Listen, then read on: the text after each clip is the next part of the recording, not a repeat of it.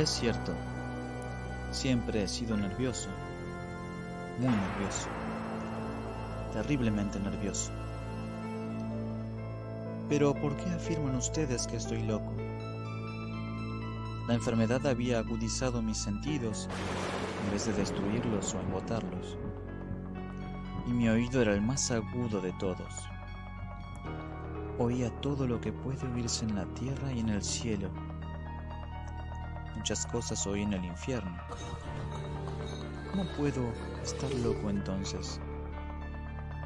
Escuchen y observen con cuánta cordura, con cuánta tranquilidad les cuento mi historia. Me es imposible decir cómo aquella idea me entró en la cabeza por primera vez, pero una vez concebida, me acosó noche y día. Yo no perseguía ningún propósito, ni tampoco estaba colérico. Quería mucho al viejo. Jamás me había hecho nada malo, jamás me insultó. Su dinero no me interesaba. Me parece que fue su ojo. Sí, eso fue. Tenía un ojo semejante al de un buitre, un ojo celeste y velado por una tela. Cada vez que lo clavaba en mí se me helaba la sangre. Y así, poco a poco, muy gradualmente, me fui decidiendo a matar al viejo y librarme de aquel ojo para siempre. Presten atención ahora. Ustedes me toman por loco, pero los locos no saben nada. En cambio, si hubieran podido verme, si hubieran podido ver con qué habilidad procedí, con qué cuidado, con qué previsión, con qué disimulo me puse a la obra. Jamás fui más amable con el viejo que la semana antes de matarlo. Todas las noches, hacia las 12, hacía yo girar el picaporte de su puerta y la abría, tan suavemente.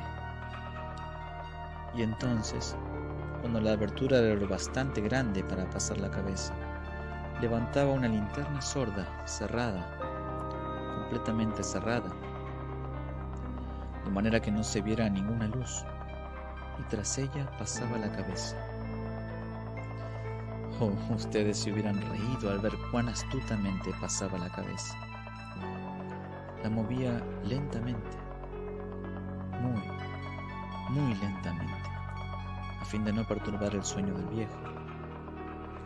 Me llevaba una hora entera introducir completamente la cabeza por la abertura de la puerta, hasta verlo tendido en su cama. ¿Es que un loco hubiera sido tan prudente como yo? Y entonces, cuando tenía la cabeza completamente dentro del cuarto, abría la linterna cautelosamente.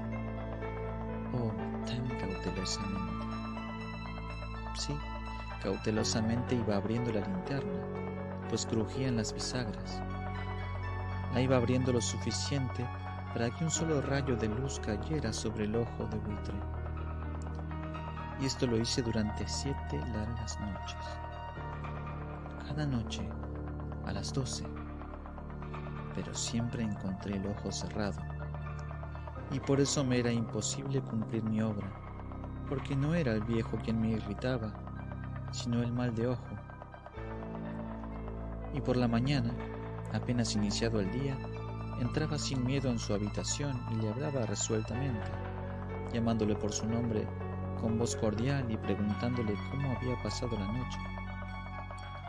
Ya ven ustedes que tendría que haber sido un viejo muy astuto para sospechar que todas las noches, justamente a las 12, iba yo a mirarlo mientras dormía. Al llegar la 8ª noche, procedí con mayor cautela que de costumbre al abrir la puerta. El minutero de un reloj se mueve con más rapidez de lo que se movía mi mano. Jamás, antes de aquella noche, había sentido el alcance de mis facultades, de mi sagacidad. Apenas lograba contener mi impresión de triunfo, pensar que estaba ahí, abriendo poco a poco la puerta, y que él ni siquiera soñaba con mis secretas intenciones o pensamientos. Me reí entre dientes ante esta idea, y quizá me oyó, porque lo sentí moverse repentinamente en la cama, como si se sobresaltara. Ustedes pensarán que me eché hacia atrás, pero no. Su cuarto estaba tan negro como la pez, ya que el viejo cerraba completamente las persianas por miedo a los ladrones. Yo sabía que le era imposible distinguir la abertura de la puerta, y seguí empujando suavemente, suavemente. Había ya pasado la cabeza y me disponía a abrir la linterna, cuando mi pulgar resbaló en el cierre metálico y el viejo se enderezó en el lecho gritando: «¿Quién está ahí?». Permanecí inmóvil, sin decir palabra. Durante 1 hora entera no moví un solo músculo. En todo ese tiempo no oí que volviera a tenderse en la cama. Seguía sentado, escuchando, tal como yo lo había hecho noche tras noche, mientras escuchaba en la pared los taladros cuyo sonido anuncia la muerte. Oí de pronto un leve quejido y supe que era el quejido que nace del terror. No expresaba dolor o pena, oh no. Era el ahogado sonido que brota del fondo del alma cuando el espanto la sobrecoge. Bien conocía yo ese sonido. Muchas noches, justamente a las 12, cuando el mundo entero dormía, surgió de mi pecho, ahondando con su espantoso eco los terrores que me enloquecían. Repito que lo conocía bien. Comprendí lo que estaba sintiendo el viejo y le tuve lástima, aunque me reía en el fondo de mi corazón. Comprendí que había estado despierto desde el primer leve ruido, cuando se movió en la cama. Había tratado de decirse que aquel ruido no era nada, pero sin conseguirlo. Pensaba: no es más que el viento en la chimenea, o un grillo que chirrió una sola vez. Sí, había tratado de darse ánimo con esas suposiciones, pero todo era en vano. Todo era en vano porque la muerte se había aproximado a él, deslizándose furtiva, y envolvía a su víctima. Y la fúnebre influencia de aquella sombra imperceptible era la que lo movía a sentir, aunque no podía verla ni oírla, a sentir la presencia de mi cabeza dentro de la habitación. Después de haber esperado largo tiempo, con toda paciencia, sin oír que volviera a acostarse, resolví abrir una pequeñísima ranura en la linterna.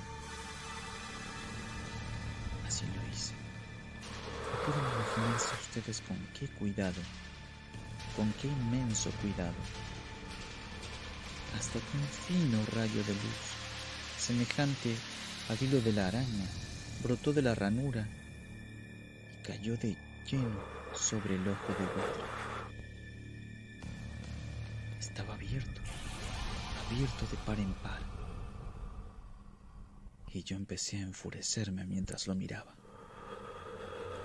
Lo vi con toda claridad, de un azul apagado y con aquella horrible tela que me helaba hasta el tuétano. Pero no podía ver nada de la cara o del cuerpo del viejo, pues, como movido por un instinto, había orientado el haz de luz exactamente hacia el punto maldito. No les he dicho ya que lo que toman erradamente por locura es solo una excesiva agudeza de los sentidos.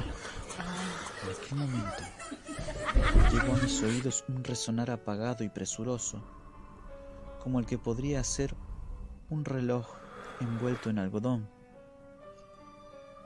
Aquel sonido también me era familiar. Era el latir del corazón del viejo. Aumentó aún más mi furia, tal como el redoblar de un tambor estimula el coraje de un soldado. Pero incluso entonces me contuve y seguí callado. Apenas sí respiraba. Sostenía la linterna de modo que no se moviera, tratando de mantener con toda la firmeza posible el haz de luz sobre el ojo. Entretanto, el infernal latir del corazón iba en aumento. Se hacía cada vez más rápido, cada vez más fuerte, momento a momento. El espanto del viejo tenía que ser terrible, cada vez más fuerte, cada vez más fuerte. ¿Me siguen ustedes con atención? Les he dicho que soy nervioso. Sí, lo soy. Y ahora a medianoche, en el terrible silencio de aquella antigua casa, un resonar tan extraño como aquel me llenó de un horror incontrolable.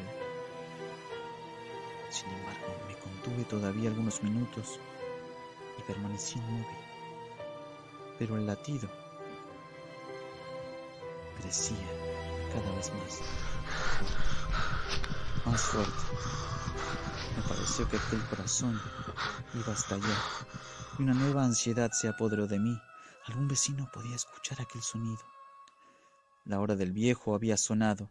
Lanzando un alarido, abrí del todo la linterna y me precipité en la habitación. El viejo clamó una vez, nada más que una vez. Me bastó un segundo para arrojarlo al suelo y echarle encima el pesado colchón. Sonreí alegremente al ver lo fácil que me había resultado todo. Pero durante varios minutos el corazón siguió latiendo con un sonido ahogado. Claro que no me preocupaba, pues nadie podría escucharlo a través de las paredes. Cesó, por fin, de latir. El viejo había muerto. Levanté el colchón y examiné el cadáver. Sí, estaba muerto, completamente muerto. Apoyé la mano sobre el corazón y le mantuve así largo tiempo. No se sentía el menor latido. El viejo estaba bien muerto. Su ojo no volvería a molestarme. Si ustedes continúan tomándome por loco, dejarán de hacerlo cuando les describa las astutas precauciones que adopté para esconder el cadáver. La noche avanzaba, mientras yo cumplía mi trabajo con rapidez, pero en silencio. Ante todo, descuarticé al cadáver. Le corté la cabeza, brazos y piernas. Levanté luego 3 planchas del piso de la habitación y escondí los restos en el hueco. Volví a colocar los tablones con tanta habilidad que ningún ojo humano, ni siquiera el suyo, hubiera podido advertir la menor diferencia. No había nada que lavar, ninguna mancha, ningún rastro de sangre. Yo era demasiado precavido para eso. Una cuba había recogido todo. Cuando hube terminado mi tarea eran las 4 de la madrugada, pero seguía tan oscuro como a medianoche. En momentos en que se oían las campanadas de la hora, golpearon a la puerta de la calle. Acudí a abrir con toda tranquilidad, pues, ¿qué podía temer ahora? Hallé a 3 caballeros que se presentaron muy civilmente como oficiales de policía. Durante la noche un vecino había escuchado un alarido, por lo cual se sospechaba la posibilidad de algún atentado. Al recibir este informe en el puesto de policía, habían comisionado a los 3 agentes para que registraran el lugar. Sonreí, pues, ¿qué tenía que temer? Di la bienvenida a los oficiales y les expliqué que yo había lanzado aquel grito durante una pesadilla. Les hice saber que el viejo se había ausentado a la campaña. Llevé a los visitantes a recorrer la casa y los invité a que revisaran bien. Finalmente, acabé conduciéndolos a la habitación del muerto. Les mostré sus caudales intactos y cómo cada cosa se hallaba en su lugar. En el entusiasmo de mis confidencias traje sillas a la habitación y pedí a los 3 caballeros que descansaran allí de su fatiga, mientras yo mismo, con la audacia de mi perfecto triunfo, colocaba mi silla en el exacto punto bajo el cual reposaba el cadáver de mi víctima. Los oficiales se sentían satisfechos. Mis modales los habían convencido. Por mi parte, me hallaba perfectamente cómodo.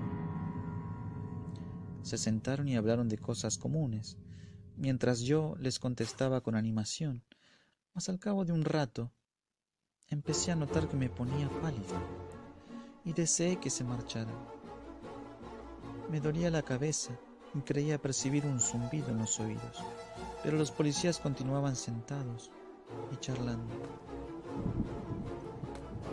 El zumbido se hizo más intenso. Seguía resonando y era cada vez más intenso. Hablé en voz muy alta para librarme de esa sensación, pero continuaba lo mismo y se iba haciendo cada vez más clara, hasta que, al fin, me di cuenta de que aquel sonido no se producía dentro de mis oídos. Sin duda debí de ponerme muy pálido, pero seguí hablando con creciente soltura y levantando mucho la voz, empero el sonido aumentaba. ¿Y qué podía hacer yo? Era un resonar apagado y presuroso, un sonido como el que podría ser un reloj envuelto en algodón. Yo jadeaba tratando de recobrar el aliento, y sin embargo, los policías no habían oído nada.